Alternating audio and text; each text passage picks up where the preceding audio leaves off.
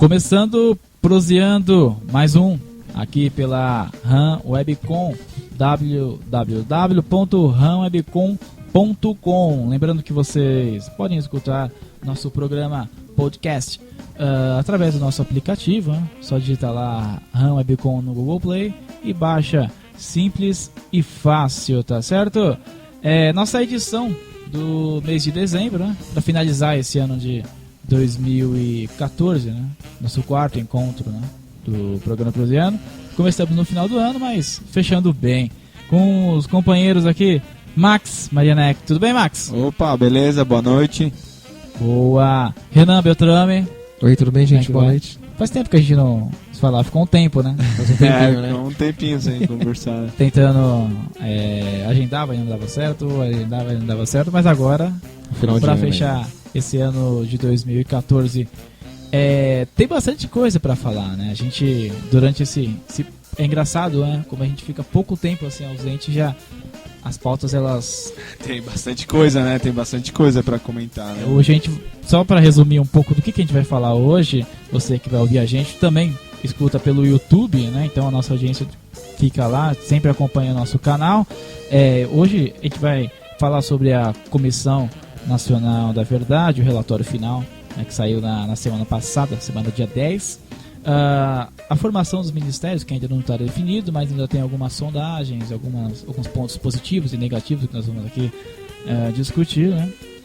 Vamos dar uma passada também, como é final de ano, né? A gente sempre fala na questão de aumento de preços, de produtos, então a gente vai dar uma passada bem rápida em relação a isso e os assuntos esporádicos, né? Sempre, infelizmente, a gente tem que comentar, né? Toda semana, todo encontro, a gente tem um assunto negativo que não dá pra fugir. A última agora do nosso querido Jair Bolsonaro, né?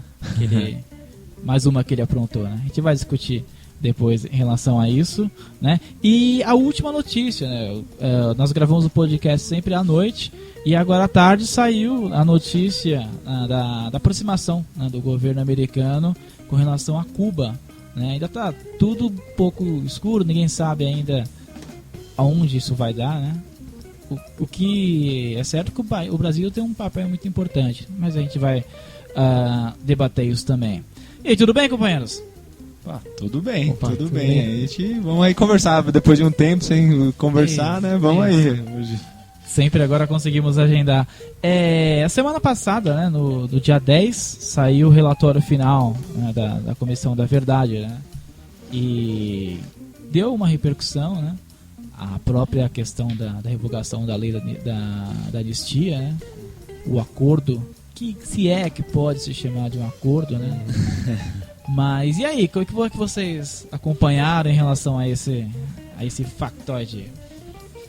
Bom, eu estava no dia 10 mesmo, né? Tentando já acompanhar algumas informações que a Comissão Nacional da Verdade já havia lançado, tanto no seu site quanto... na reunião que ela fez, na entrega do documento final, né, com a presidente Dilma Rousseff e com alguns convidados no Palácio do Planalto, né. Interessante comentar, assim, acho que o volume, né, de tudo que foi levantado em mais ou menos 2 anos de trabalho da comissão.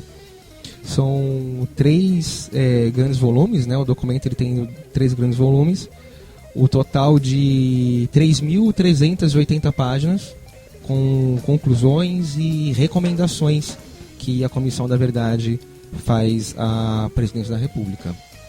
É interessante também, né, comentar que a Comissão da Verdade brasileira ela é a primeira Comissão da Verdade no Brasil para se verificar esses acontecimentos de violação de direitos humanos, responsabilizando ou identificando o Estado como responsável por essas violações.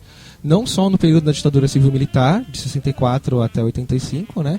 Mas também o período é mais extenso, né? Do Vargas, dos anos 40 ali, né? De 46, na verdade, até 85. O interessante de 46 é porque teve uma anistia, se eu não me engano, em 46 para perdoar os presos políticos do período do Estado Novo, né? Então ela vem se debruçando de 46 até 1985. Mas o grande foco da investigação, das conclusões e das recomendações foi mesmo o que aconteceu no período da ditadura civil-militar.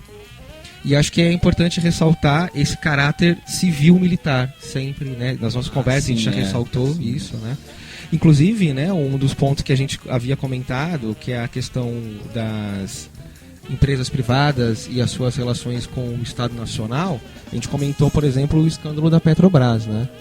E a Comissão da Verdade, no seu levantamento, ela verificou e lançou nomes de empresas que hoje são citadas nos escândalos envolvendo a Petrobras, ligadas já ao poder da ditadura, né, dos anos 60.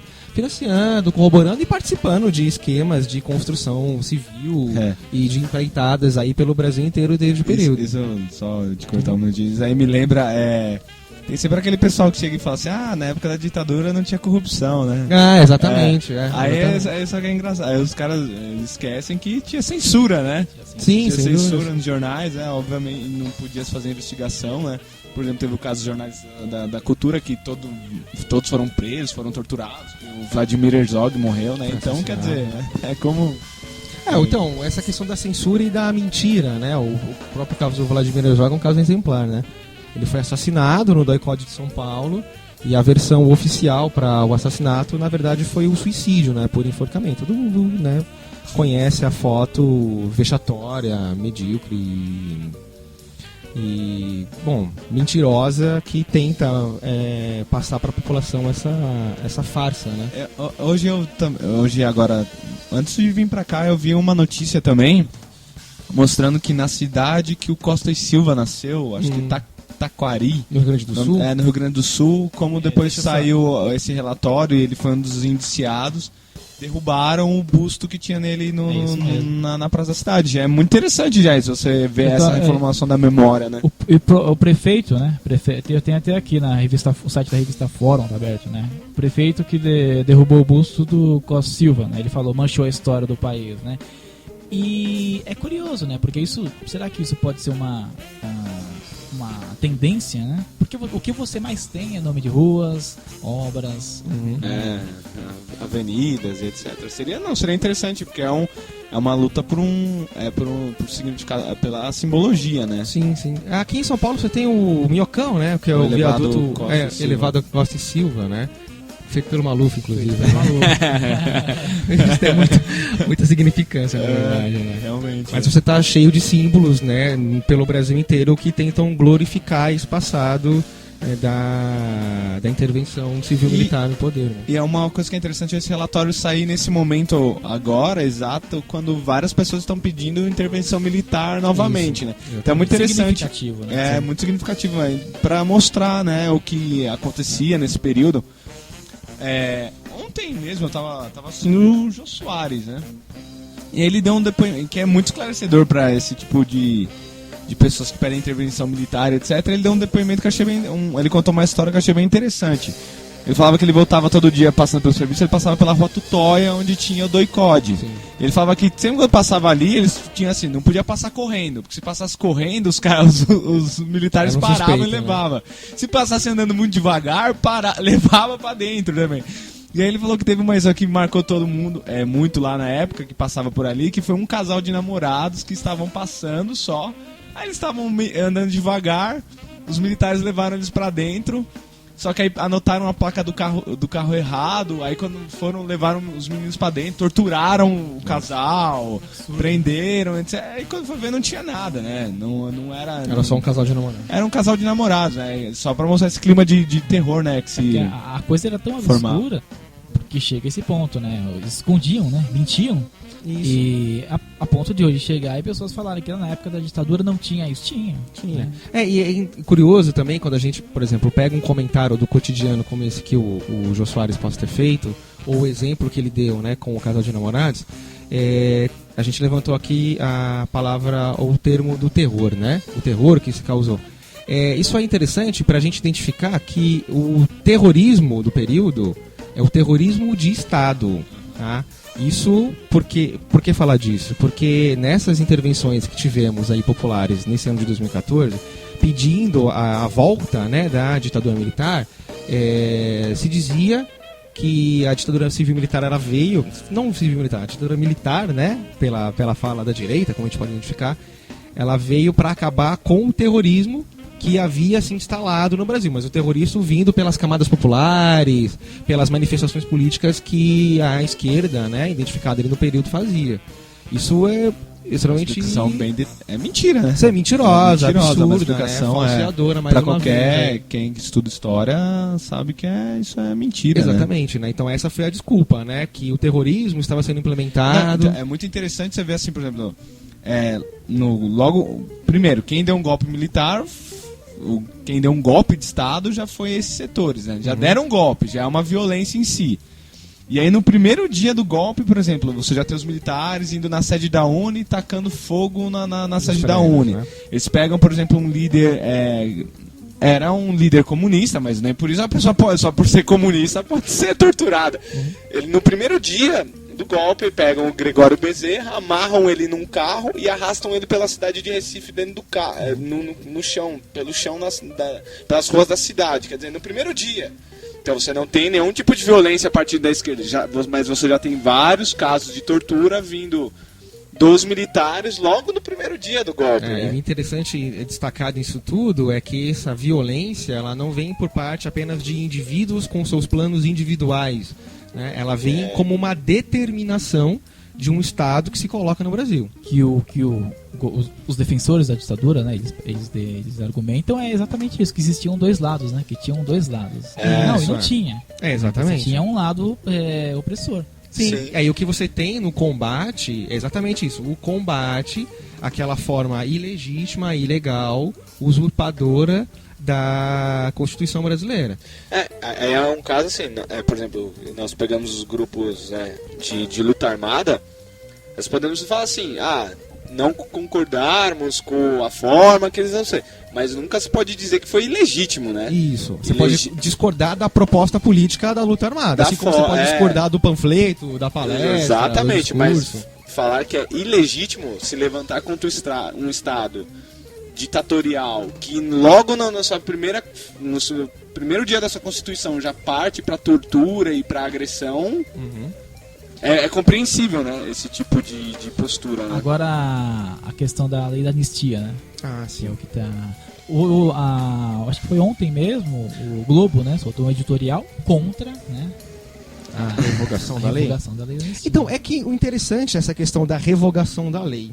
Eu estava pesquisando algumas informações, enfim, mas o que o âmbito do direito vai pedir para o Supremo Tribunal Federal revogar não é necessariamente a lei da anistia, colocada lá em 1979. Ele vai pedir, por exemplo, a OAB fez isso em 2010.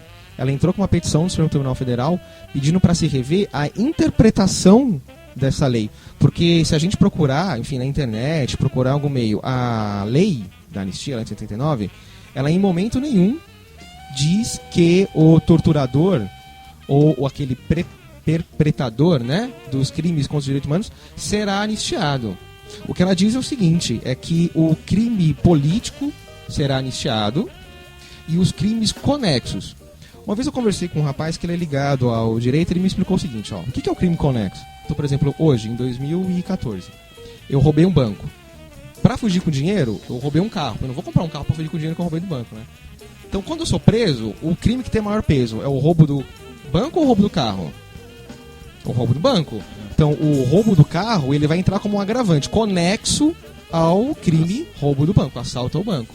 O que, olha só que curioso, o que ele me explicou é que a interpretação que o Supremo Tribunal Federal faz com a lei da anistia é que o crime conexo é também o crime da tortura, por esse caso. Então, se o Maxwell, por exemplo, ele foi um preso político e eu torturei, o crime político é dele.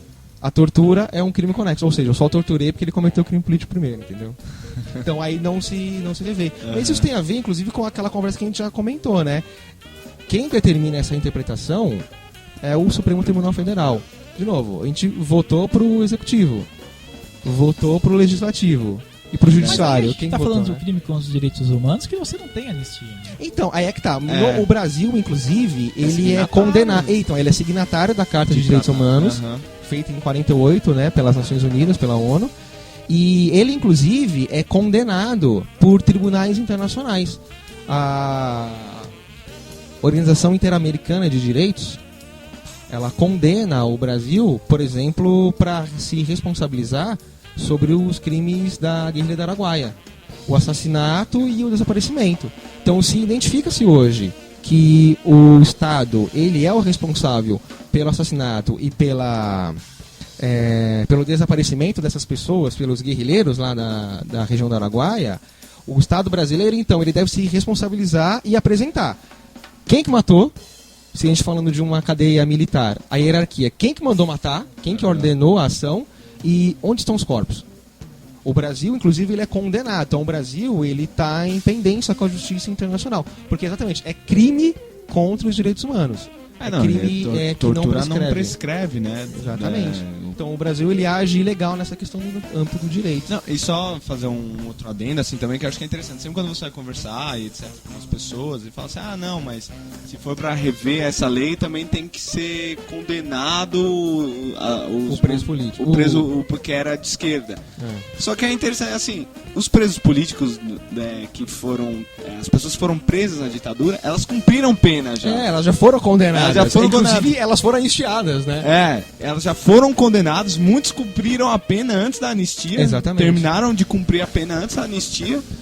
E além do que, foram torturadas, né? Exatamente, elas além de tortura já. serem presos. Elas pagaram mais do que eu, né? E as condições da anistia ela é questionável, né? Porque Sim, você tem ali, dúvidas. é claro, quando você tem um opressor, Que é o Estado brasileiro. exatamente. Então o acordo ele foi feito em cima disso. Exatamente, é um jogo de forças. E obviamente o Estado brasileiro e a população brasileira, se a gente for pesar as forças políticas aí, o Estado brasileiro está ganhando até hoje, né? Então foi não um acordo, mas um tacão, né? Que veio por cima. Você tem toda a movimentação popular que pede uma anistia ampla, geral restrita. Ela, se vocês lerem a lei também, se a gente for atrás da lei, ela não é ampla, não é geral e muito menos irrestrita. Ela tem várias restrições, ela tem vários problemas, tá? Para que os presos políticos na época pudessem ser soltos, aqueles que foram expulsos pudessem voltar. Ela não é nem ampla, nem geral, nem restrita. Entretanto, isso demonstra, né, o que a gente está tentando colocar aqui. Que isso foi um tacão vindo do Estado. Né? Não é um acordo. E, de novo, o Max bem colocou. As pessoas, né, os presos políticos foram presos. Foram torturados. Fora aqueles que foram vítimas de violações dos seus direitos, né? Foram torturados, tiveram, né, violações Tem famílias ainda que não sabem. Exatamente. Não sabem onde estão os corpos. Exatamente. Ainda. Não, e também, assim, tem... e é outra questão, assim, também.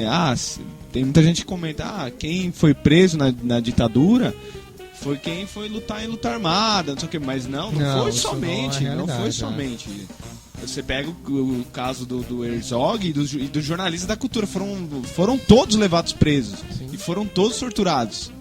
O Herzog nunca tinha pegado numa arma. E hoje a gente vê também, por exemplo, depois que a Comissão Nacional da Verdade foi montada, há mais ou menos 2 anos atrás, montaram-se outras comissões, estaduais, municipais e institucionais. Algumas escolas, por exemplo, a USP, o Mackenzie, está montando uma, por exemplo.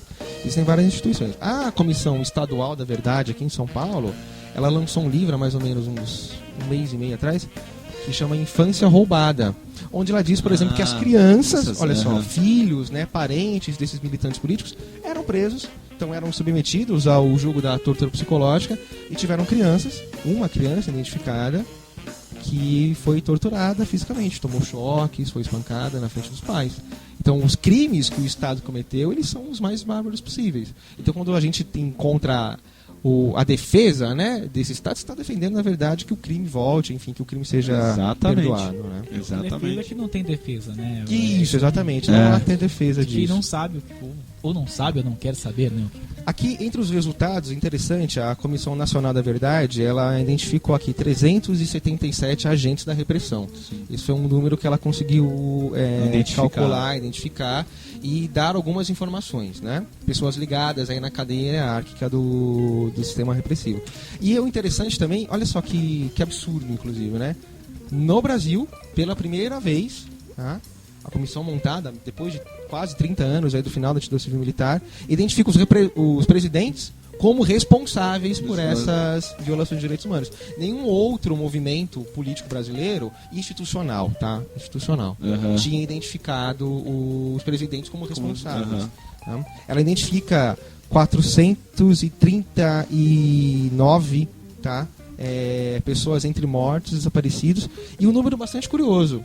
Tá? Quando a gente fala da ditadura civil-militar, a gente verifica se esquece desses... de militares, por exemplo, que eram contra o regime. O Lamarck, acho que é uma figura clássica e conhecida aí por todos, né? Ou por a grande maioria da população. E ela registra um número aqui bastante alto, de mais de 6 mil. O número que ela registra é 6.591 pessoas ligadas ao serviço militar, entre exército, marinha e aeronáutica, que sofreram perseguições. O golpe militar foi muito também para você tentar expurgar, né, retirar do exército militares, etc., que tivessem uma outra visão de mundo além da... Né? Exatamente. Acho que essa é a grande tarefa que essa ditadura colocou no Brasil, né? Anular por completo qualquer possibilidade de participação popular ou participação da sociedade civil, ou militares, no caso, né, na construção política e econômica do país. Né? Os militares também foram vítimas dessa. Agora, nós também não podemos esquecer que você teve empresas e veículos que ajudaram nesse processo. No relatório da comissão, né, agora tornou claro, né, por exemplo, a participação de algumas empresas, né? A Comissão Nacional da Verdade, a Estadual da Verdade, ela teve acesso aos documentos do DOPS de São Paulo, que é o Departamento de Ordem Política e Social. Inclusive, fica a dica, se alguém tiver interesse em consultar esse material, ele fica no Arquivo Público do Estado. Ele é totalmente disponível, qualquer pessoa pode ir lá fazer a pesquisa. Ela pesquisou esse material e ela encontrou, olha só, caderno de anotações de funcionários da delegacia que registravam a entrada e saída de pessoas. E, curiosamente, eles registravam não só o nome das pessoas, mas também as organizações, as instituições que elas representavam. Então, você tem a entrada de pessoas, por exemplo, fulano de tal, representante da Fiesp, que entra às 10 da noite e sai às 3 da manhã do prédio do DOPS de São Paulo. Por que será, né? Por que será? Tá, lembra aquele documentário, não sei se você comentou, do Cidadão Bollesen, né? Que já é um caso pra quem não conhece, de um empresário que financiava a tortura, e ele mesmo ia participar pessoalmente das sessões de tortura, torturando presos, etc., que era o presidente da Ultragás. Do grupo Ultra. E foi o principal financiador, o principal idealizador da OBAN, que era a Operação Bandeirantes. A gente comentou sobre o Vladimir Herzog, ele foi morto no DOI-CODE. O DOI-CODE, na verdade, ele é a estatização da OBAN, né? A Operação Bandeirantes é um órgão privado aí de repressão a torturas, assassinatos, né? E aí o Estado incorpora. Eu acho que todos os principais veículos da época eles apoiaram. Ah, sim, né? O Globo, Folha de São Paulo, Carros, né? Todos eles, editoriais, por exemplo, no primeiro dia do golpe, todos lançaram editoriais apoiando o golpe militar, né? Igrejas a Folha também... foi um pouco além, né? A Folha foi até além... carro, né? Exatamente. É interessante destacar também o papel nessa diversidade da sociedade civil, as igrejas também, acho isso super importante.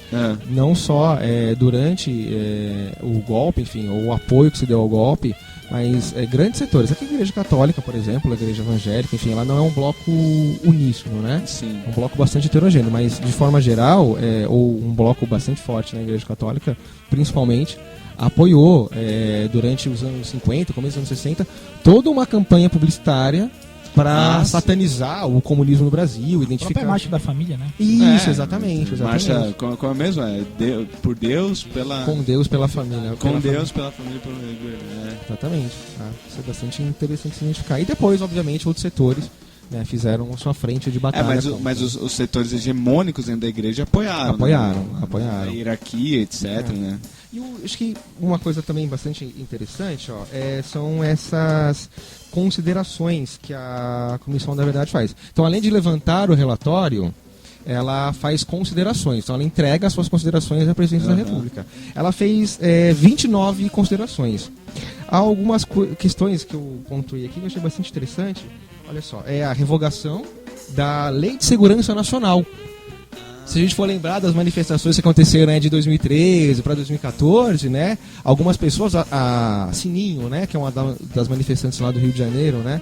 Ela foi uma das 23 presas, se não me engano, lá no Rio de Janeiro. Só no Rio de Janeiro, né? Em outros locais do país. Mas eles foram incluídos, foram presos, enquadrados na Lei de Segurança Nacional, que prevê a existência de um inimigo interno. Isso é bastante curioso. Eles pediram também, orientaram... Eu lembro que na época, quando foram utilizar essa lei, né, setores que eram ligados ao PT ficavam assim, nós vai ser nós que vamos ressuscitar uma lei da exatamente, o governo Dilma, exatamente. Ditadura militar e curioso. foram eles que ressuscitaram. Dilma. O que se pediu também, né, umas considerações, olha só, como a gente tem vários entulhos, né, desse período. Pediu-se também a extinção da Justiça Militar Estadual, pediu-se que os civis não fossem mais julgados, obviamente, na Justiça Militar Federal também, né. Então, olha só, a lei prevê, as leis brasileiras prevêem, né, a existência do inimigo interno e que civis possam ser julgados pelos tribunais militares. Inclusive, eu não sei se você chegou a ver, saiu a notícia falando que o Supremo Tribunal Militar, ele, que é formado por juízes civis, contestou o relatório. Sim. Falou que tinha absurdo, que durante a ditadura o Supremo Tribunal Militar não teria dado apoio, que teria garantido os direitos humanos. Eu era julgado pelo meu inimigo, não tem apoio nenhum. Não, ele falava que ele tinha garantir os direitos humanos dos presos. Né? Eles ainda mantêm o mesmo discurso. Porque uma das considerações que a comissão faz é exatamente exigir que as Forças Armadas Brasileiras, Exército, Marinha Aeronáutica, reconheçam. Porque uma carta foi lançada, se não me engano, em março desse ano, pelo Corpo das Forças Armadas, dizendo que nos espaços oficiais das Forças Armadas, pátios do Exército, quartéis da Marinha, da Aeronáutica, não aconteceram abusos aos direitos humanos, não aconteceram prisões ilegais, não aconteceram torturas, assassinatos. E acho que um ponto bastante interessante, que isso tem muito a ver, diretamente, enfim, com a ação das manifestações, a ação cotidiana dos cidadãos, é que entre as recomendações está, olha só, a desmilitarização das polícias estaduais. Isso é urgente. É urgente, isso é bastante interessante. E ressaltar também que a ONU já tinha feito essa recomendação num relatório, se eu não me engano, de 2013. Porque uma das constatações que ela faz é que no prazo de 5 anos passados, né? A polícia só do estado de São Paulo matou mais do que todas as polícias dos Estados Unidos, né? E essa militarização da polícia. Isso vem aumentando. Né? Isso, vem aumentando. E aí, o curioso... É só engraçado você também comentar, só porque, assim, também esse modelo de segurança pública que estabelece uma guerra interna, né? O inimigo interno, né? Você tem o negro, o morador da periferia, como o grande alvo da polícia militar no Brasil inteiro. Mas isso vitimiza também, por exemplo, no Brasil é o país que mais morre policiais também, policiais. Então é prejudicial para os próprios policiais também, para esse modelo de combate, né? De guerra interna. Saiu até uma matéria, né, na Carta Capital, que no período da ditadura eles usavam o Esquadrão da Morte para cometer esses crimes. Né? Esses esquadrões da morte... Que é defendido por muita gente, né? Sim. Ao que parece, enfim, o que eu já tenho lido, comentaram comigo, é que alguns esquadrões da morte foram criados exatamente por agentes do serviço, né, da repressão da ditadura civil militar, porque como eles não conseguiam provas, inclusive para o crime comum, assaltos, roubos, furtos, né, tráfico de drogas, eles, como estavam acima, né, da legalidade, não acima da legalidade, mas estavam totalmente ilegais nos seus postos, né, fora da legalidade, montavam esses grupos de extermínio. Até o Esquadrão da Morte mais famoso durante a ditadura militar, que era o do... Era um dos finais, né, o Cabo Bruno. No livro do professor Alio Bicudo, ele tem um livro, né, que chama Esquadrão da Morte. E ele explica muito bem, né. Eles usavam o Esquadrão da Morte para cometer crimes, tráfico... Extorsão, inclusive. Então, isso que eu falo, porque essa noção assim muitas pessoas acabam defendendo, né, os esquadrões da morte quando tinha, mas que muitos desses esquadrões da morte acabaram depois desenvolvendo outros tipos de atividades criminosas que não eram de matar os bandidos, né? Era de realizar tráfico de drogas e etc. Controlar o tráfico também, né? Eles matavam, mas depois eles assumiam, que eles vendiam essa imagem, né, para os justiceiros, né? Principalmente para as pessoas mais humildes, né? Então, é que você tem essa versão justiça com as próprias mãos, né? Sim. Isso não é justiça, gente, é crime, né? Não existe justiça com as próprias mãos. Mas que Existe o ainda é crime. muito vivo hoje. Exatamente, né? Vide Raquel Sherazade, vide Marcelo Rezende. E você vê vários casos que tem. Mas, por exemplo, uma mulher lá que foi assassinada, que invadiram a casa dela, porque foi de achavam que ela tinha abusado lá de criança, mas depois... Feito magia negra, né? Foi é. linchada no Guarujá, né? e No depois março foi desse ver, ano. O crime nunca tinha acontecido. Então, quer dizer, é algo super problemático. Acontece que nem como se fosse a escola base, né? Que é um caso clássico do jornalismo. Não sei se vocês conhecem esse caso da escola base. A Onde pedofilia. os donos da escola, né? Eles foram acusados de abusar sexualmente das crianças, só que não tinha prova nenhuma. Né? E a mídia fez um papel de A mídia- acusação, A mídia né? acusou, né? Eles foram, entre aspas, condenados, né? E acabaram com a vida deles, né? Foram picharam a escola, invadiram casa. Então, enfim. essa justiça com as próprias mãos foi feita pela população E pela própria mídia. e pela própria mídia. Depois né? conseguiu se provar. Então, e aí no caso isso é que assim, você pode, né, ser a vítima, né? Não tem Exatamente. processo judicial, não tem como Exatamente, como você se exatamente. prova, né? E essa questão, assim, de estar no dito popular acima da lei, ou na verdade, né, fora da lei, ela é justificada, e isso é um grande, talvez, um dos grandes frutos que essa ditadura civil-militar colocou. Quem tem, inclusive, coragem de peitar a polícia militar? Quem tem condição de peitar a polícia militar no seu ato aí de barbaridade, quando dá enquadro em alguém, quando abusa do seu poder, né? A população, de forma geral, ou tem medo, né? Ou muitas vezes não sabe que é um direito seu, de cidadão, que está sendo violado, quando toma enquadro, quando é abusado, né? Moralmente, pelas PMs no Brasil todo. E, Essa é uma e das o grandes- Estado grandes ele acaba requisitos. criando instituições dentro dessas próprias corporações que são maior repressão ainda, por exemplo, a própria Rota, né? Sim, exatamente. né? sim.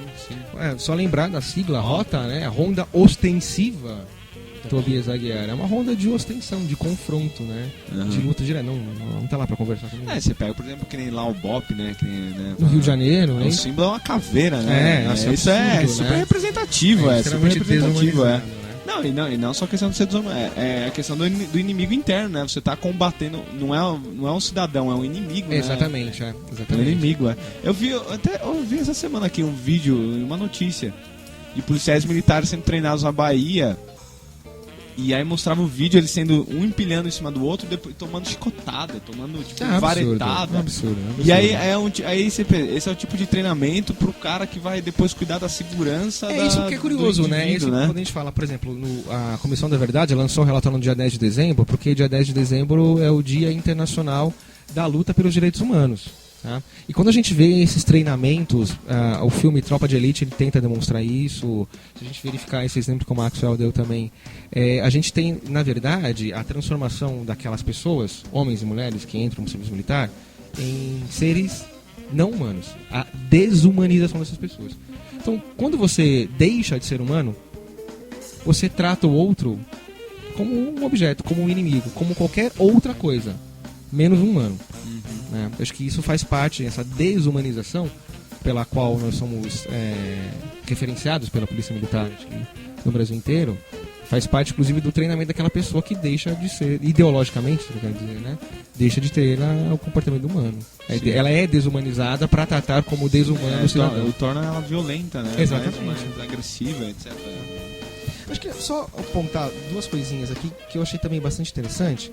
É que nessas mais de 3 mil páginas aí do relatório, a Comissão da Verdade pega alguns materiais que acho que desmistificam algumas questões, ou na verdade não sei se desmistifica, mas ela toca em assuntos pouco falados até hoje em dia, né? Por exemplo, a questão do Corpo de Bombeiros.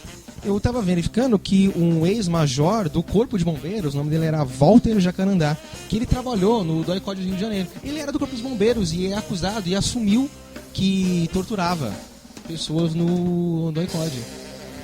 Corpo de Bombeiro que é a instituição mais respeitada. né? Exatamente, né? É uma das realmente. mais Dentro honradas das aí, militares né? é a- Exatamente. Então, o ex-major do Corpo de Bombeiros, Walter Jacarandá, ele foi acusado por um advogado, o nome dele é José Carlos Tormita. Desculpa, eu anotei aqui, não sei se eu anotei certo. José Carlos Tormita, se eu não me engano. Ele foi acusado por esse José Carlos, né, o ex-major Walter Jacarandá, de torturas, e ele admitiu.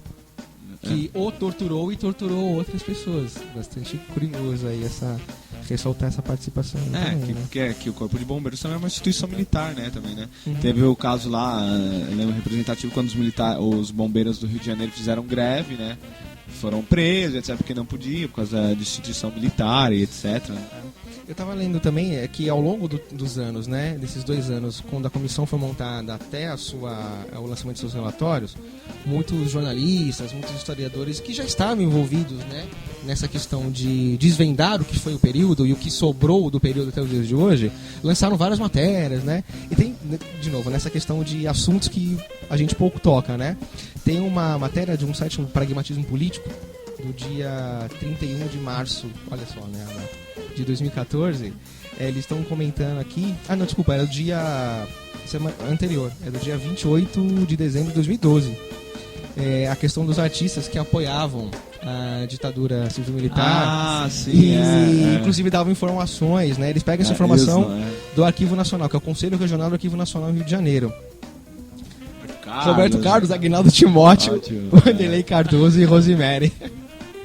São apoiadores e, ao que parece, lá tinha uma ligação. Né? É o rei. O Timóteo já dá pra saber, porque hoje ele seguiu uma vida política, né? Uma vida política já que... Foi ligado ao PP, não, se não me engano, né? Muitos anos, o Maluf. Isso, né? E agora o Roberto Carlos, ele sempre teve uma vida mais discreta, né? Mas é isso, eu acho que agora viu o desdobramento, né? Vamos ver, né?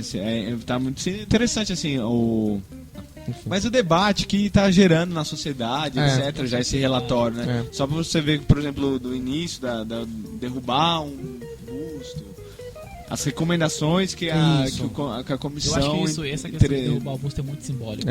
Muito simbólico, E é interessante, acho que um ponto que a gente tem que ressaltar na questão das comissões, na verdade. Por exemplo, essa brasileira nacional, ela foi a primeira. Mas outros países que também passaram por períodos ditatoriais ou de grandes violações de direitos humanos, por exemplo, a África do Sul, no final do Apartheid, montou-se comissões, não uma comissão. Então, uma comissão, ela é feita e tem um prazo determinado. Ela tem que ter um prazo determinado para lançar um relatório.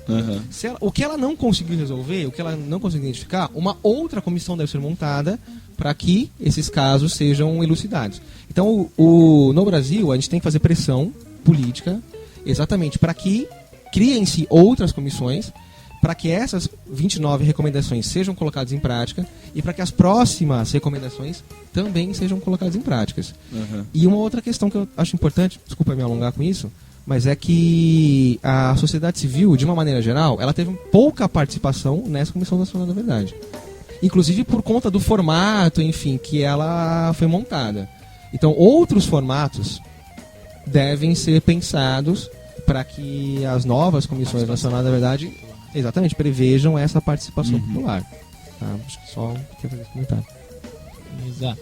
Vamos girar aqui agora, depois desse se alongar, porque é um tema interessante, então a gente tem que se alongar assim, eu acho que e tem muitas coisas ainda para ser esclarecida, né? Ainda tem muita desinformação. A gente vai voltar ainda né? a falar sobre esse tema. 2015 promete, né? Não sei se ele vai cumprir tudo, mas então, ele nós promete. Vamos falar aqui agora nesse novo mandato, né, da presidente Dilma.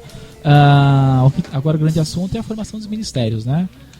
Foi no final do mês de novembro, né? Já foi anunciado, foi oficializado, né? Joaquim Levy no lugar de Guido Mantega no Ministério da Fazenda, né? E Nelson Barbosa no Ministério do Planejamento, né? Isso. Só que tem algumas coisas aí um pouco esquisitas, né? E eu queria saber de vocês, né? Principalmente a grande polêmica do Ministério da Agricultura, né?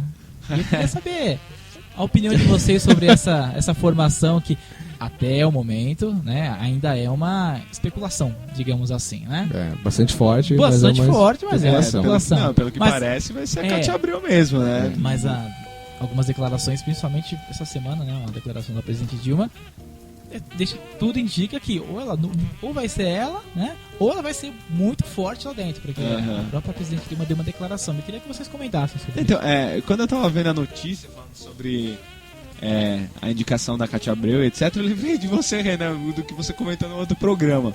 Porque foi assim, eu tava lendo a notícia falando que assim, ontem ou anteontem, a Dilma se reuniu com o pessoal do MST E a pauta deles, a principal pauta era de que a Cátia Abreu não fosse nomeada ministra da Agricultura. Eles tinham outras pautas e etc. E a Dilma falou, não, beleza, eu vou ouvir vocês, rapaziada e etc. Vamos trocar uma ideia aqui. Vamos trocar uma ideia. E aí, depois que ela teve essa reunião com o MST, ela foi lá pra CNA, O que é a Confederação CNA? Nacional da Agricultura. Olha só, né? Onde ela estava. Que a Cátia Abreu ia ser empossada presidente novamente da Confederação. E aí ela deu indício que, muito provavelmente, a Cátia Abreu vai ser a ministra da Agricultura. Então aí me ocorreu na hora que eu tava lendo a notícia da nossa conversa no último programa.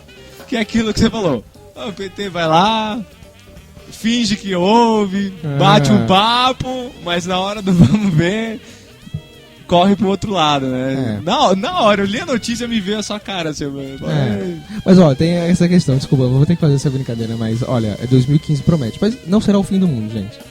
A Cátia Abreu assumindo aí o Ministério da Agricultura, não quer dizer que o Armagedon vai cair sobre a terra. Mas olha, só porque, ó... A nomeação dela foi no 2014, né? Que era o do ano dos Maia, né? Não, é 2012. 2012. Mas olha só, se a gente for lembrar, ó, duas figuras, ou uma figura, a gente acabou de falar da ditadura civil-militar, né?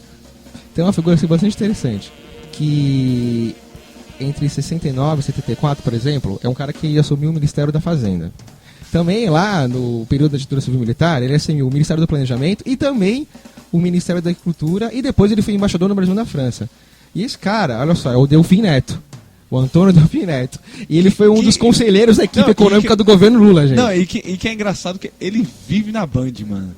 Meu Deus, aquele pessoal do Canal Livre, já viu o programa? Já. Não, os caras que eles não têm alguém que fala, chama o Delfim, mano. É incrível, mano. É aquela figura que tem alguma coisa, chama aí que ele vai responder. Qualquer coisa, entendeu? Aumentou o tomate, chama. Não, eu acho incrível. O último capítulo da novela. Chama o Delfim Neto. Neto. Mas, assim, interessante, a gente tava até conversando depois das eleições sobre como seria esse governo, o novo governo Dilma, etc., do papel que teve um movimento de base para conseguir eleger ela, a militância política e etc., e como talvez seria, né, o novo governo Dilma. Com essas indicações, ela já deu totalmente a indicação. Primeiro você colocando o Joaquim Levy na Fazenda, Nelson Barbosa lá no desenvolvimento. E tem o Armando Monteiro. O Armando Monteiro, bem lembrado. O Armando Monteiro, que você tem a ficha dele, fala aí tudo aí, as coisas que ele tem aí. Fala aí. Desculpa, eu vou... Puxa a capivara do amigão aí. Mas desculpa, antes, é só pra ressaltar, a gente fez essa brincadeira, enfim, citou o Delfim Neto e comentou agora, né, dessa questão da Cátia Abreu ser indicada pela Dilma Rousseff como ministra, né? Mas acho que, desculpa ressaltar isso, mas é a reposição do que já está colocado. É sempre uma reposição do mesmo, né? Tipo, o Delfim Neto, esse agente da ditadura civil-militar, um dos planejadores, tá? Porque a ditadura civil-militar... Exatamente, foi um plano político-econômico que se usou da mais violenta e bárbara repressão. O Delfim Neto estava envolvido nisso. O vice-presidente do governo Lula, o José Alencar, ele era industrial, ele foi fundador da Coteminas, que era a companhia de tecidos do norte de Minas. Foi da CNI, enfim, ele era um dos industriais. Esse ministério indicado pela Dilma, você tem, acho que, duas das figuras que já estão confirmadas. O Joaquim Levy, que ele foi indicado para o Ministério da Fazenda, para substituir o Guido Mantega, né? Teve uma grande repercussão, porque ele é um empresário, ele é o superintendente do Bradesco Management. Né? Banqueiro. Isso, exatamente, né? Só que ele foi, gente, do primeiro governo Lula. 2013 a 2006, ele foi secretário do Tesouro Nacional. Tá? Ele já está no governo há muito tempo. Então esses empresários já estão há muito tempo. O atual ministro da Fazenda... Agora só está assumindo a figura de frente, né? Então, mas eu acho que nunca foi diferente. Por exemplo, o próprio... Sim. Desculpa. Ele está assumindo essa figura de frente. Mas, por exemplo, o atual ministro da Fazenda, o Guido Mantega, ele lançou, olha só, isso está nos jornais, está na Folha de São Paulo, no Caderno de Mercado, né? Agora no mês de novembro... Ele diz o seguinte, que... Falas dele, nós teremos de fazer uma redução importante das despesas que estão crescendo. Onde vai ser o corte? Onde vai ser essa redução? No seguro-desemprego, no abono salarial e no auxílio-doença. Sim. Por exemplo, fora os cortes no BNDES que já foram anunciados para a empresa nacional. É incrível isso, né? Aperta a crise, aperta a situação, etc., econômica. O primeiro lugar que os caras me discutem para cortar é investimento social. Exatamente. Não, aí, por exemplo, se fala da questão da Parece dívida... que é um bônus, né? Não parece que é uma... Então, ó, só um detalhe também. Você, pessoa que possa estar ouvindo essa conversa e votou na Aécio, fique tranquilo. Fique tranquilo. Esses cortes, os benefícios sociais que você tanto queria e não conseguiu no segundo turno, O PSDB serão estava colocados. falando que ganhou a eleição, na verdade? Sim, eles estão falando, Não será o Magedon, nem para aqueles que votaram na Dilma, que ela vai fazer o que ela já está fazendo, ou que o Lula já está fazendo desde os anos 2000. E não será o apocalipse também para a turma da Aécio, tá? Porque o que eles queriam, o próprio governo do PT vai fazer. Tá fazendo, Tá? Mas eu acho incrível, porque assim, por exemplo, eles falam sobre a questão da dívida pública, né? Não, o governo tá com déficit fiscal e etc. Aí qual a primeira medida, uma das primeiras medidas? Aumentam os juros. Quando você aumenta os juros, você aumenta a dívida pública. Porque o que dá a base para os juros da dívida pública é a taxa Selic. Você aumenta a dívida do governo. Então, aí o que os caras fazem? E diminui o poder de compra dos trabalhadores, Exato. aumenta o endividamento da classe trabalhadora. Exatamente. Aí qual a primeira medida?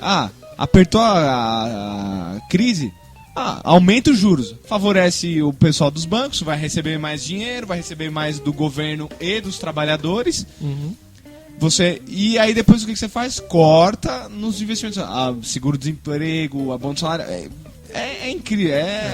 A situação aperta, a forma é sempre a mesma. Estoura pro lado mais fraco da corrente que é a gente, né? O Joaquim Levy, o próximo ministro da Fazenda, a partir de 2015, ele vai seguir essa cartilha colocada pelo Manteiga. A gente comentou aqui do Armando Monteiro, que foi escalado como ministro do Desenvolvimento, Indústria e Comércio.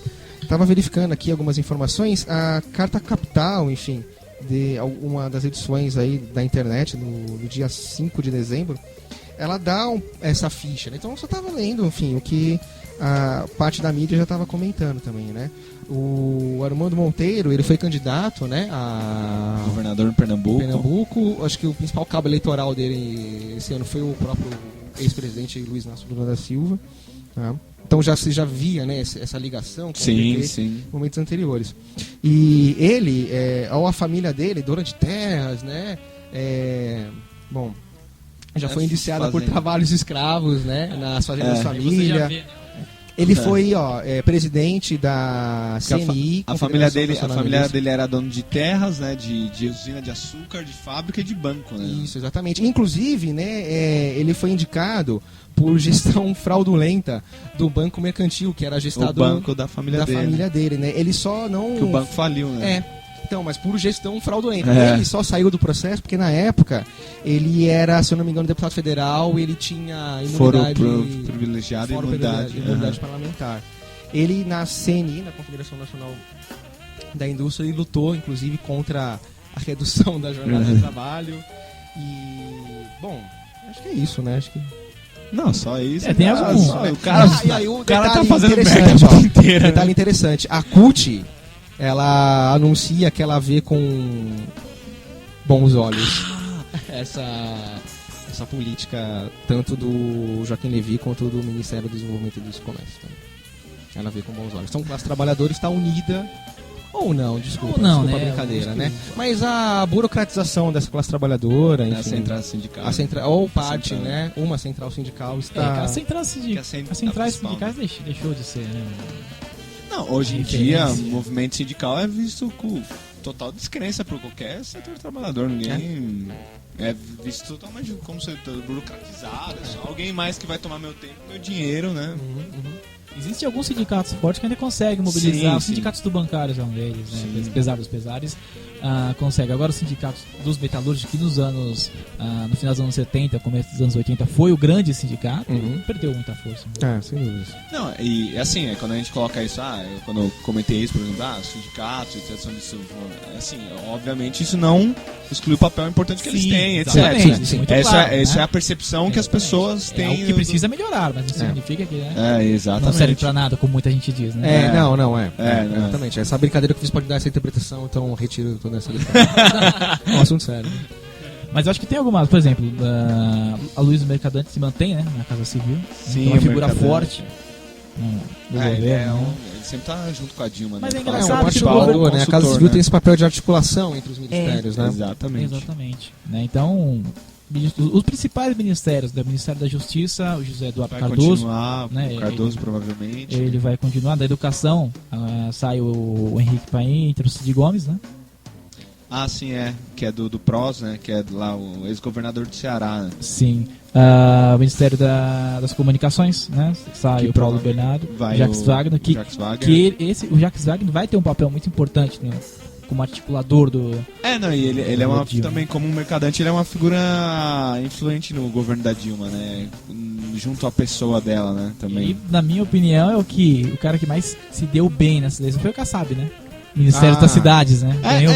Ainda tem além Além de Cátia Abreu, Joaquim Levi, teve Armando um Coringa ali, Monteiro, né? você tem ali o que tá. Ele ainda tá passando despercebido ainda, né? Ele tá meio ali. E é engraçado né? que poucas Tá o pessoas Kassab falam lá. do Kassab. Ele fica sempre ali, né? É porque agora assim, ele é bastante, obviamente, conhecido em São Paulo e na região da Grande São Paulo, né? Mas é que pro Brasil inteiro. Mas São Paulo tem uma visibilidade muito grande. Tem, mas Acho acho que, mas acho que por enquanto, né? Por enquanto, acho que esse passado, né, da administração da cidade de São Paulo, ele não está sendo tão evidenciado, né? Então acho que demora um pouco aí para que outras regiões aí do país tenham conhecimento, né? Então, aí sobre o que a gente conversou lá, né, depois das eleições, agora, assim, todas essas indicações, etc., de ministérios, a gente vê claramente para qual sentido rumou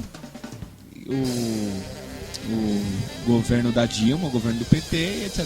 É uma reafirmação do mesmo, da mesma postura, só que agora, e aí acho que tem uma questão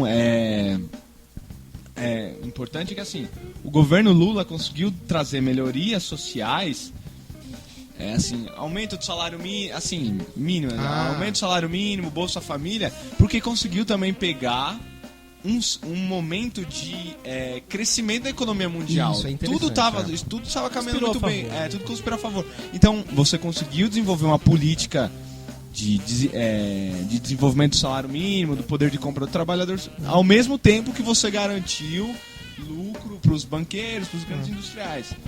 Agora, nesse segundo momento, você não tem mais esse céu de brigadeiro, etc., no governo Dilma. A situação internacional complicou. E agora que complicou, o PT agora realmente está mostrando então para que ele veio. Vai cortar seguro-desemprego, etc., e colocando esses tipo de figura, né? E aí você tem nesse bojo, né, de um crescimento do capital a nível mundial, no período em que o Lula está assumindo a presidência, que faz com que essas questões sejam colocadas, né? A distribuição da renda, aumento do crédito, controle melhor ou um controle mais efetivo da inflação. E aí faz com que o governo dele, os teóricos do seu governo, digam, né, que ele é diferente dos governos do Fernando Henrique Cardoso, porque o governo Fernando Henrique Cardoso era um governo neoliberal e o governo Dilma, Lula, Lula era um neodesenvolvimentista, neodesenvolvimentista, né? Existem alguns autores, enfim, né, do mundo do trabalho, da sociologia aí, discutindo essa questão de forma bastante interessante. Um deles é o Giovanni Alves. Para quem conhece, enfim, ele é um professor de uma das Unesps, né? E da Unesp, eu não sei de qual unidade. E acho que é de Marília. Marília, enfim, e tá na Unicamp também. E ele exatamente comenta isso que você está comentando, Max. Que é assim, olha, enquanto você tinha um acúmulo de capital em nível internacional, você teve um governo Lula que, né, geriu essa renda nacional de uma determinada forma. Onde o trabalhador conseguiu se apropriar, Sim, de uma determinada maneira. Agora, essa economia internacional, ela não está em expansão. Na verdade, ela está em retração. Retração, exatamente. E aí, como é que fica esse neodesenvolvimentismo na retração econômica a nível internacional? Então, acho que a grande questão, desculpa até te interromper, Max, é você tirar, né, o que foi conquistado, né? Exatamente. Esse é o grande problema.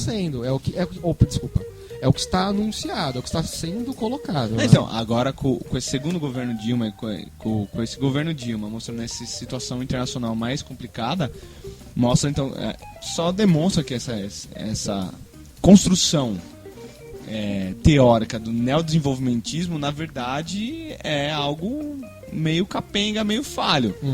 porque mostra que você conseguiu ter uma redistribuição de renda um pouco favorável aos trabalhadores por causa desse setor, dessa articulação internacional favorável. Agora que a situação apertou, você tem um ataque novamente a essas conquistas dos trabalhadores. Então você vê que na verdade não era um neodesenvolvimentismo, né? Era só podemos assim chamar, acho que de um neoliberalismo, uma fase de expansão, né? E expansão, exatamente, enquanto agora a gente vai ter um neoliberalismo mais agressivo, né? E essa fase de retração econômica. Agora Exatamente. deixa eu provocar vocês, dar uma cutucada. Por favor. Se nos anos 90 nós estivéssemos vivendo esse momento econômico, vocês acham que o governo do Fernando Henrique iria pegar esse barco, mesmo barco que o Lula, e adotar essas políticas? Eu não sei se dá pra dizer isso. Não sei. não, sinceramente, não me surpreenderia nem um pouco ver você diz no momento de expansão. As políticas sociais, eu digo. De momento. Exatamente, Não, sim. você tá falando agora do momento de retração. Não, Não, políticas retração sociais. Nós tivemos, nos anos 90 nós tivemos uma não, agora no momento de expansão, também não sei não dizer consigo essa dizer. conjectura. Assim, você vê, por exemplo, o governo do PSDB desenvolveu os primeiros esboços de programa de distribuição de renda. Isso. Porque também, assim, o Bolsa Família é importante no Brasil, um país atrasado e tão desigual, ele realmente é um programa importante. Sim. Só que ele não altera em nada a forma de acumulação estrutural de capital no Brasil. Ele não altera nada a estrutura produtiva do Brasil. Ele mantém a mesma situação econômica do Brasil. Ele auxilia e por isso ele é importante. As pessoas estavam numa situação de desespero, então por isso ele é importante. Mas acho que até seria plausível, e tanto que o PSDB fez isso, porque isso não altera a forma de acumulação do capital dos grandes setores, né? O próprio milagre econômico dos anos 70, né? O falso milagre econômico dos anos 70 que nós tivemos aqui no Brasil foi o governo, ele criou essa situação, né? Você tem uma injeção de capitais dos anos 70 aqui no Brasil, né? E aí você vai crescer 10%, exatamente. etc, né? E aí você tem uma renda a ser distribuída, né? Você tem um fluxo de dinheiro, enfim, um fluxo de capitais a ser distribuído no território brasileiro. Isso com várias políticas, por exemplo, acho que o BNH, não é isso? O Banco Nacional de Habitação, que foi criado lá nos anos 70, no período do milagre econômico, acho que é um exemplo disso, né? Onde você tem um investimento brutal, tanto internacional quanto de um capital nacional, no setor da construção civil, onde você tem condição de criar um banco para que aquele capital investido seja consumido, porque isso é uma das finalidades, né? O capital é gerado para que ele seja consumido, né? Se ele não é consumido, entra a crise, né? Exatamente. A crise do capital é essa. Produziu demais e ninguém consumiu. Talvez o BNH, me corrijam, por favor, quem estiver ouvindo, né? Se eu estiver falando uma grande besteira, mas talvez seja um exemplo de como o Estado brasileiro funciona para manter o fluxo de capital das empresas privadas. Ou seja, você tem um setor particular do desenvolvimento da construção civil. Só que o mercado para consumir essa construção civil teve que ser criado pelo Estado, por exemplo, o BNH. Talvez, pegando o que o Max está comentando, né, com o governo Fernando Henrique Cardoso, né, nos anos 90, pós-ditadura militar, enfim, você tem uma propensão a nível internacional no final do governo dele, né, de retomada do crescimento do capital. E o Estado, com as suas políticas também de distribuição de renda, tinha que criar os mercados ou criar condições para que o mercado internacional tenha o seu capital consumido internamente. O governo Lula, enfim, o que ele talvez tenha feito tenha sido alargar essa criação desse mercado interno para que o fluxo do capital internacional girasse dentro do Brasil, né? Sim.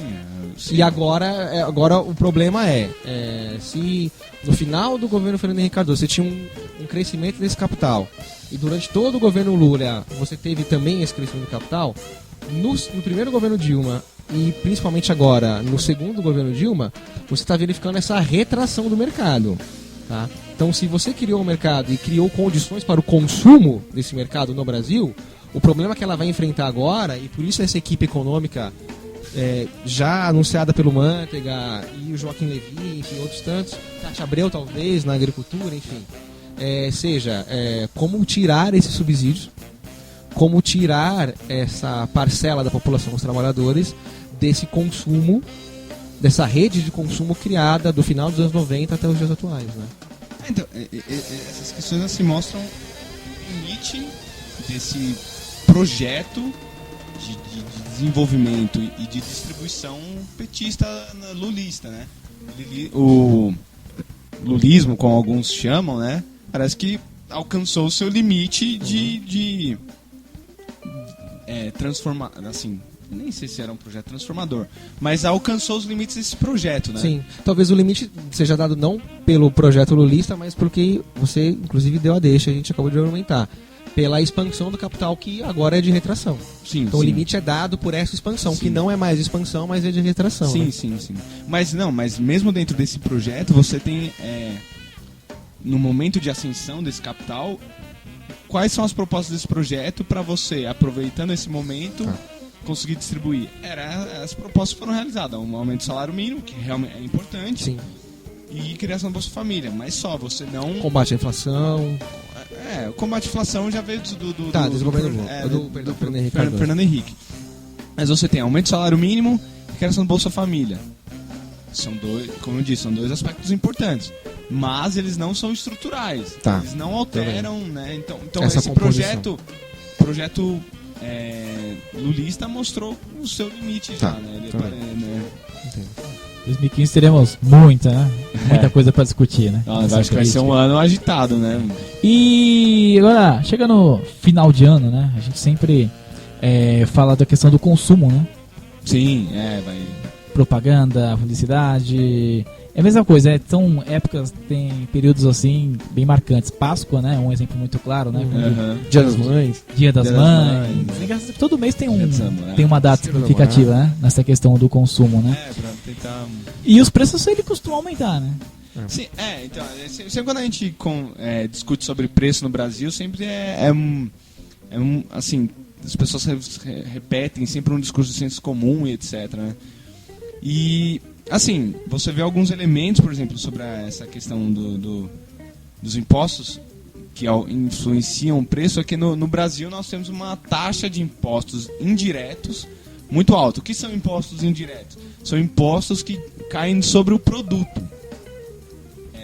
Esses impostos, quando qualquer pessoa vai comprar algo, eles vêm embutido no preço desse produto final. Só que o que é interessante aqui no Brasil é que, assim, muitas vezes comparando os preços de produtos que são comercializados no Brasil com países que têm uma carga tributária semelhante, muitas vezes o preço dos produtos no Brasil é mais alto. Então, porque você tem aqui, aí assim, a questão da especulação das empresas também. Eles aproveitam muitas vezes e vendem produtos mais caros, né? Por exemplo, carro, a Argentina ela tem uma carga tributária muito semelhante à do Brasil. Para os automóveis. Na questão dos automóveis. Um automóvel vendido no Brasil é mais caro do que um vendido na Argentina, apesar de você ter uma carga tributária semelhante. Aí de quem é a culpa? Aí é a culpa da empresa. A empresa que quer tentar se aproveitar de uma situação para conseguir extrair mais no país, né? Agora, quando eu pergunto, quando o governo decide cortar o IPI, né, para incentivar esse consumo, né, ele está mostrando o quê? Que é possível você reduzir a carga tributária, né? Porque é possível, porque o governo ficou quanto tempo? Ficou um bom tempo, né? Com IPI zero para automóveis. IPI zero. Para automóveis, um bom tempo. Ele ficou mostra que é possível isso. Não, sim, Mas aí, como eu tava falando, assim, aí é a questão dos preços também, mas aí tem a questão dos impostos, né? Aqui, assim, como nós temos a maior parte dos nossos impostos são indiretos e recaem na produção, quem paga é o consumidor final. Independente da sua renda. Então, o que acontece? Tem estudos sobre todos os tributaristas, etc., que estudam essa questão, falam que no Brasil os pobres acabam pagando mais impostos do que os ricos. Proporcional, né? Proporcional. O mesmo valor de impostos, né? Porém, a renda, né? Exatamente, até antes da gente começar, dei um exemplo da televisão, né? Se você tem uma televisão de R$1.000 e R$500 dela é imposto, o cidadão que compra essa TV, que ganha um salário mínimo, para ele R$500 pesa muito na renda dele. E o cidadão que ganha 200, 300 mil por mês, paga também os mesmos R$500. Então, proporcionalmente, o indivíduo que é mais pobre paga mais impostos. Ele tem que comprometer mais parte da renda dele para pagar impostos. E, enquanto isso, o indivíduo que é mais rico paga uma taxa menor. Aí o que acontece? Nos países europeus e nos Estados Unidos, a maior parte dos impostos não são sobre o produto. Não é esse imposto que vem embutido no produto, que encarece o produto e que pesa mais sobre o pobre e o trabalhador de classe média. A maior parte dos impostos são sobre a renda. Então, quem tem mais, paga mais. Quem tem um carro melhor, paga mais. Quem tem mais escasso. Por exemplo, nos Estados Unidos, eles têm uma tributação sobre herança. Se você você deixar uma fortuna para o seu filho, o governo pega 40% dessa fortuna. Nos Estados Unidos. Nos Estados Unidos. Não é nenhum país socialista, né? Não é nem, porque é o exemplo da democracia colocada, né? Tenho certeza que você não está falando de Cuba, tenho certeza. Está confundindo, né? Então, nos Estados Unidos, o governo toma 40% da herança. No Brasil, o imposto sobre a herança é 4%. Então, quer dizer, você tem uma tributação muito maior sobre... Por exemplo, na França, você tem a taxa que chega do imposto de renda deles, a alíquota que um milionário paga é de 75%. No Brasil, a maior alíquota é de 27,5%. Então, quer dizer, um rico aqui no Brasil paga 27%, um milionário paga 27,5% de imposto, enquanto na França um cara paga 75%. E enquanto isso, um trabalhador de classe média pode pagar 25% nesse imposto. Então, os estudiosos nesse setor chamam que os impostos no Brasil são impostos regressivos. Eles pesam mais sobre os pobres e sobre a classe média do que sobre os ricos, né? Esses impostos fazem diretamente com que os trabalhadores e a classe média percam o seu poder de compra. Sim, exatamente. Eles são mais penalizados pelos impostos do que os ricos. Além do que, tem ainda aqui no Brasil, você tem muitos casos de sonegação fiscal. Sim. Você comentou também de evasão de divisas, não é isso? Evasão fiscal, etc. Mas assim, é interessante. Se você, por exemplo, entrar no site da Receita Federal, eles indicam países que são paraísos fiscais que não pagam, que você pode transferir. Porque tem uma modalidade de envio de dinheiro para fora que não é ilegal. Para você tentar fugir dos impostos. Tem uma modalidade que não é legal. Então, e é assim, por exemplo, o Brasil é o 4º país que mais envia dinheiro para paraísos fiscais, que tem a ver com essa questão da sonegação. Então, além dos ricos eles pagarem menos impostos, eles sonegam e enviam esse dinheiro para fora também, né?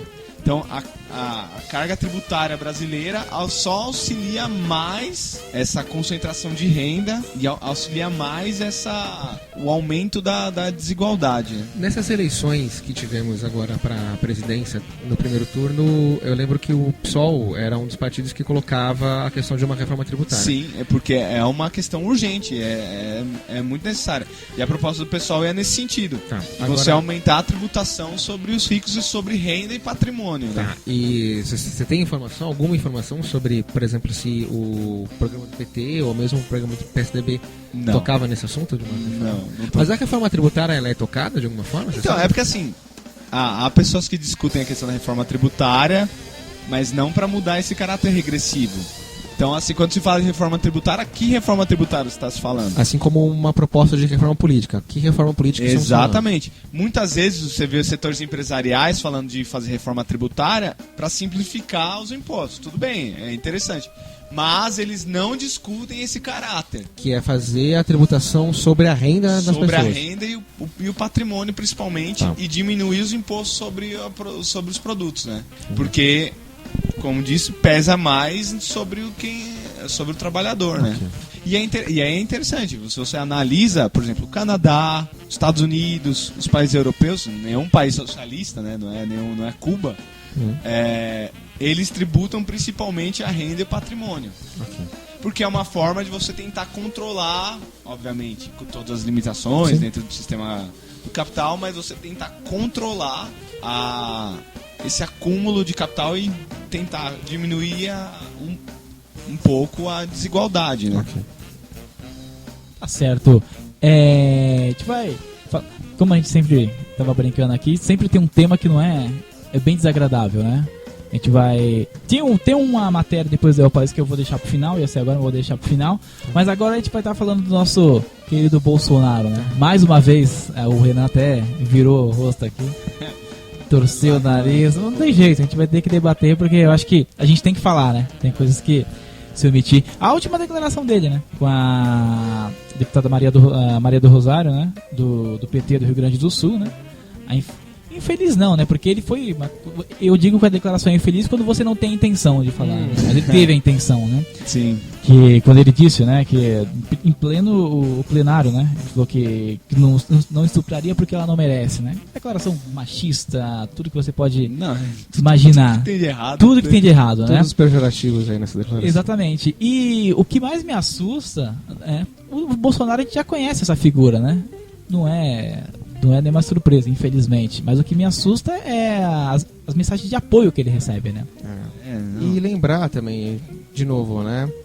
Essas eleições, enfim, que tanto discutimos, o Bolsonaro, ele foi o deputado federal mais votado no Rio de Janeiro. No Rio de Janeiro, Rio de gente. Janeiro, não é uma coisa... Ele teve 400 mil votos. 400 mil, não é pouca coisa. O deputado mais votado do Rio de Janeiro, com uma fala dessa. E essa fala, ela não... Ela revolta, obviamente, mas ela não surpreende. Porque, inclusive, não é a primeira vez, né? Não é a primeira vez que ele faz essa mesma referência à mesma mulher. Exatamente. Se eu não me engano, essa mesma referência a ela, a primeira vez, foi feita de uma forma mais escondida. Isso, né? ele não falou no microfone da câmera, né? Os microfones captaram, mas ele estava falando... No particular ali. No particular, exatamente. E dessa vez foi uma forma publicizada. Né? Ele falou no... E ela protocolou queixa de crime, né? Queixa-crime no Supremo Tribunal Federal. Feito, né? Eu vi que alguns...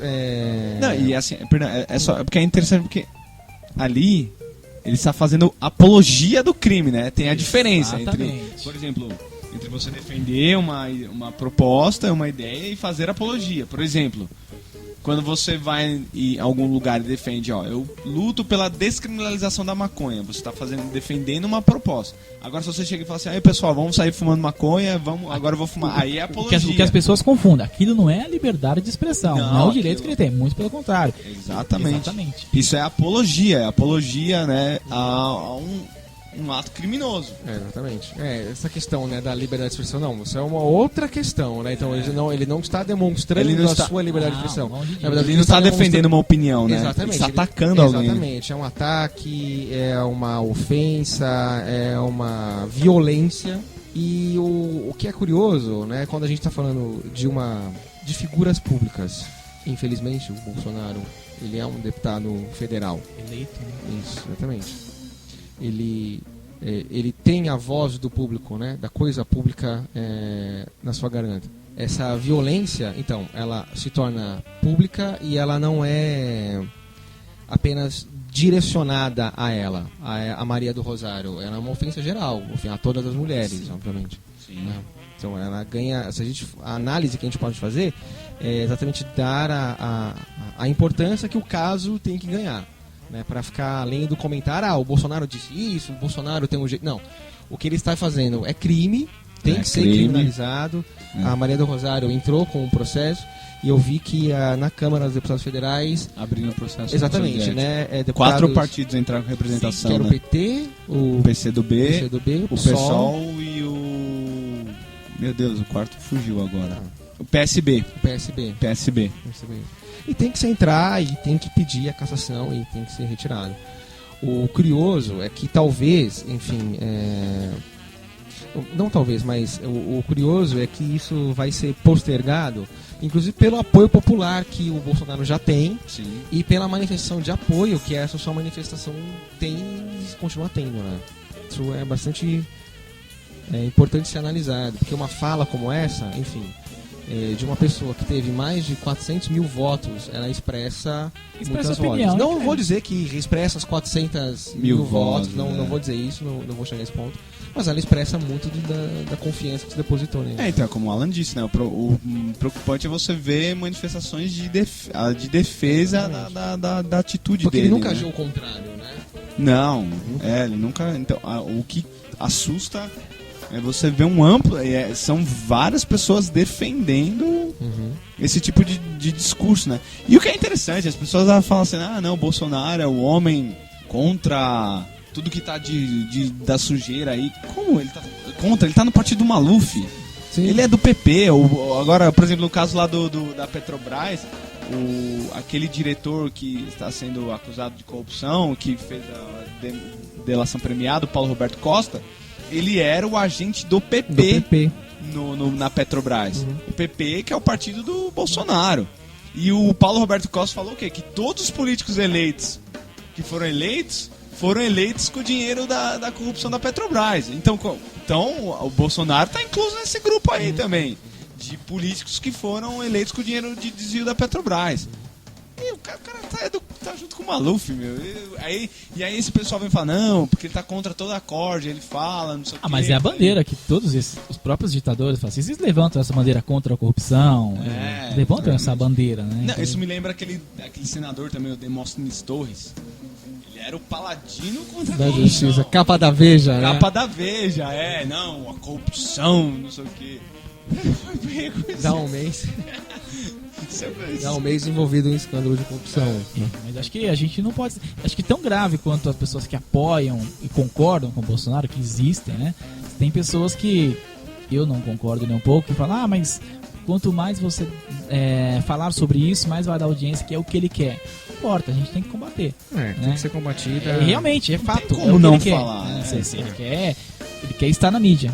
Ele precisa disso, ele necessita disso. Então, isso, agora, acho que, pelo menos na minha opinião, se omitir pior. E já que ele está na mídia,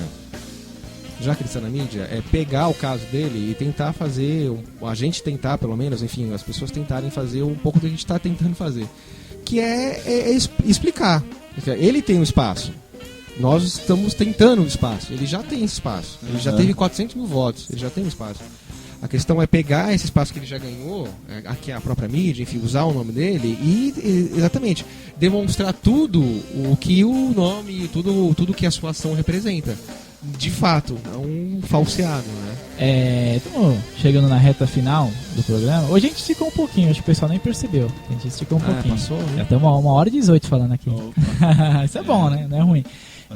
Eu vou fechar, né, o programa chegando nessa reta final. Desculpa, só um Pode comentário falar, aqui, que eu acho importante também, desculpa, que me veio aqui da questão do Bolsonaro, é que, bom, a gente falou do caso da Maria do Rosário, mas isso, de novo, explicita toda a violência contra a mulher, né? Acho que esse caso aí é um caso absurdo. Porque isso é um problemaço no Brasil, né, meu? Não, só reafirma, né? Recoloca esse problema, né? Porque ele ameaçou uma mulher de estupro. Você tem apoio, gente? Isso não pode ficar desse jeito. Isso que é assustador, Renan. Porque chegar pra sua mãe e falar isso, né? As pessoas não têm nem esse mínimo de empatia. Né? É que tem muita gente que não consegue mensurar o poder dessa fala. Acha que é só um comentário, porque estava porque ela provocou, né? Um grande argumento. Ela provocou, ela é a culpada, né? Então, eu acho que... E as pessoas não conseguem entender o que significa isso, né? Muitas vezes qualquer tipo de coisa que acontece, se fala, a culpa é da mulher, né? Porque tava usando saia curta, porque provocou, porque mulher não pode enfrentar o homem, não pode enfrentar o marido. Eu lembro até quando na primeira eleição da Dilma, teve pessoas assim, tipo, vovó e família, não sei o que, falando assim, mas como essa mulher vai se candidatar a presidente? Isso é lugar de mulher, tá? Elas eram mulheres, porque é essa questão, né, de... sempre se coloca a mulher numa posição subalterna, né? Então, acho que a gente tem sempre que falar mesmo. Só durante a semana, o Renan tinha mandado um link, uma matéria que eu vou falar aqui. Eu achei engraçado. Tem gente que vai achar que é uma matéria jornalística. Não, pra mim eu achei mais uma coisa mais cômica, assim, né? Que ela do El País, né? Brasil. E ela fala, vou até aqui, é um grupo de entre abre aspas, né, hipsters, que lidera os protestos contra o governo Dilma, né, em São Paulo. Essas manifestações estão ocorrendo, né, até o então democráticas, né. Só que eu achei muito engraçado, né, o perfil deles, né. O perfil deles. Tem uma parte que eu vou até ler para vocês aqui, que a gente aí você vai entender ou não o que esses caras pensam, né? Que é um box que tem na matéria, que é faz as perguntas individuais, né? E fala a opinião, né, para eles, né? Aborto. Opinião do grupo. O movimento não tem uma opinião consensual sobre o assunto. Mas a maioria se posiciona contra.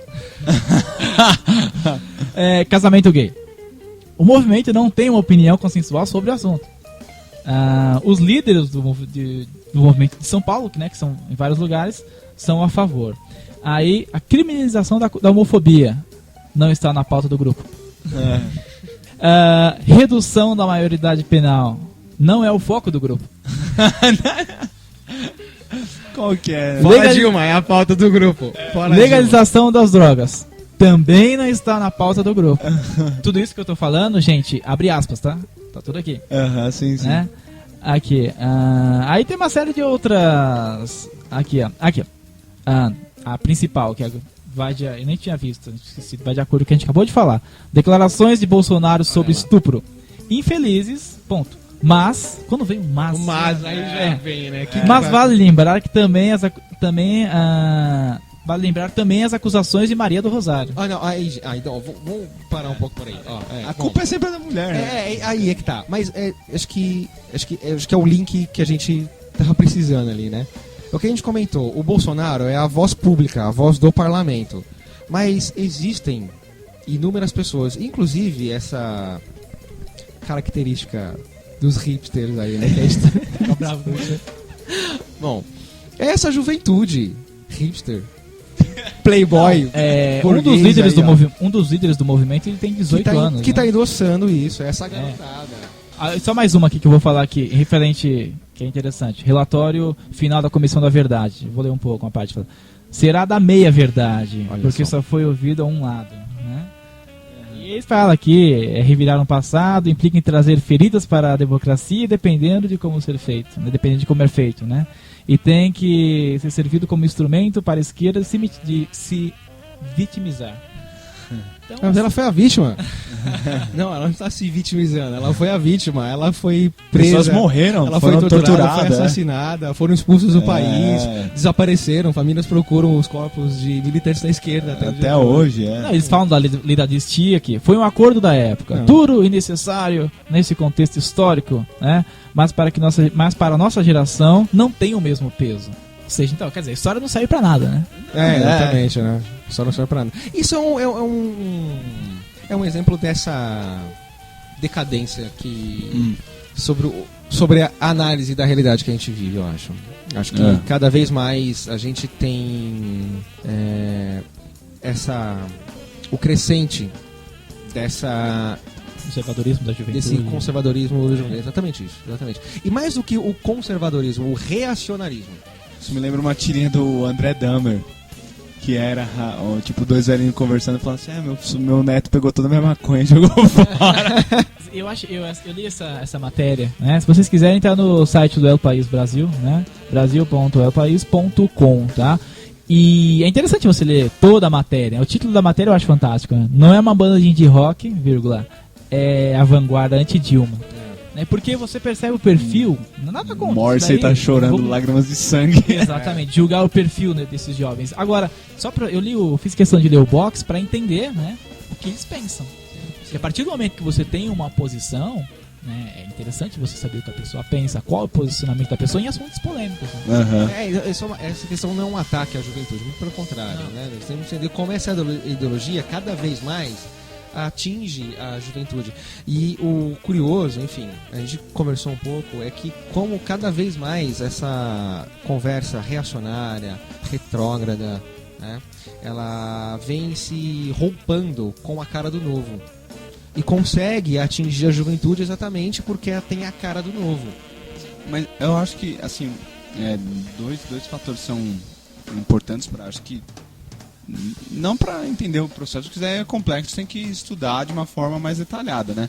Mas acho que dois fatores que podem se levar em consideração. O primeiro, um que a gente já comentou já até, que muita parte dessa juventude cresceu vendo somente o PT no poder. exatamente. Então, para eles, esquerda é o que é? Esquerda é o PT está no poder. E as mazelas sociais estão aí. Mas, são decorrentes do governo do PT. Ponto. Isso é acho que uma das questões que entra na consideração desses jogos. Uhum. Mas aí acho que também tem uma outra questão que aí tem a ver também com o PT. A forma de inserção social de vários setores da população brasileira se deu através do consumo. É o que a gente acabou de comentar, falando sobre a expansão e a retração do mercado. Exatamente. Durante esses os 8 anos, 12 anos do governo do PT, você gerou uma inserção de vários setores populacionais através do consumo. Agora, Esse indivíduo, e aí ele abraça essa forma de ideologia. Porque esse indivíduo não reconhece que ele conseguiu crescer e o país se desenvolveu economicamente, coletivamente. Ele acha que simplesmente foi uma conquista individual. Uhum. Foi o meu esforço que me fez conseguir crescer. E isso é uma fala dessa ideologia da direita, né? Exatamente. O individualismo, né? E o meu esforço pessoal Individual, me leva né? à glória, né? Sim. E aí, quando você realiza simplesmente uma inserção através Do consumo. do consumo, aí você junta inserção pelo consumo desses setores, de diversos setores sociais, e a degradação do PT no poder, vai gerar um caldo cultural, um caldo ideológico, que vários jovens vão estar ligados a esses setores reacionários. Onde nós começamos abraçam um discurso conservador. onde comentamos outras vezes também, né? Esse discurso conservador de respostas fáceis. Então, se o problema é essa esquerda, porque o PT se diz esquerda, né? Para causa dessas mazelas, retirando essa esquerda, resolveremos os nossos problemas sociais. Essa esquerda que está no poder, querendo conquistar o Brasil, enfim. Sim. Retirando-a, nós resolvemos os nossos problemas, né? Então, essa fala, ela ganha cada vez mais peso com essa juventude. Não, então, e é engraçado você vendo assim, você pegar, dando aula, dá pra perceber muitas vezes isso. Você conversa com vários desses jovens, eles têm uma preocupação, por exemplo, com essas questões das mazelas sociais nesse início desse processo, quando eles ainda não têm contato com todo esse caldo. E você conversa, você percebe que eles têm uma preocupação com o problema social, etc. Só que a partir do momento que eles começam a adentrar nesse universo, eles vão abraçando cada vez mais. É interessante você ver essa transição. Eles vão abraçando cada vez mais essa referência. E ainda mais que isso é muito forte nos meios de comunicação também. Por exemplo, do consumo é impressionante.